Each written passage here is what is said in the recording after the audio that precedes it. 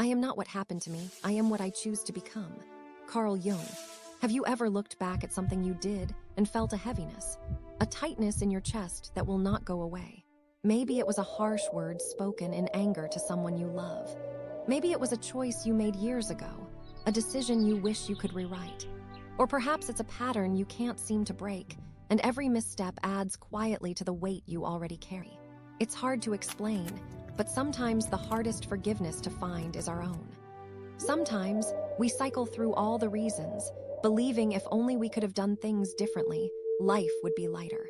The mind replays scenarios late at night, whispering, "If only." Even when others have forgiven us, our inner voice remains, quietly relentless. In these moments, it's easy to wonder, why is self-forgiveness so difficult? Why do we hold ourselves captive to things we cannot undo? But Carl Jung saw this another way. Jung believed that we are not forever chained to our past mistakes, not simply defined by what has happened, but shaped by what we choose next. He saw every act we regret, every shadow we wish to ignore, as a potential turning point, not a final sentence. Jung taught that our wholeness does not require perfection. Instead, it asks that we face the darker corners of ourselves and move through them thoughtfully, with courage instead of denial.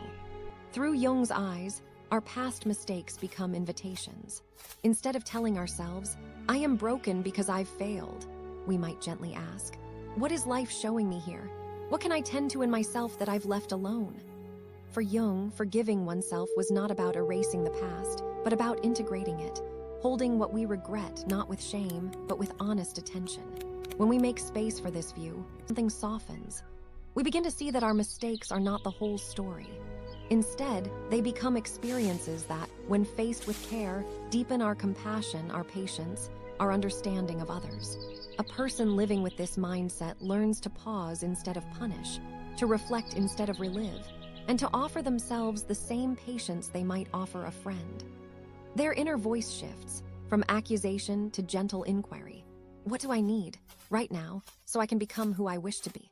If this speaks to something in you, consider subscribing.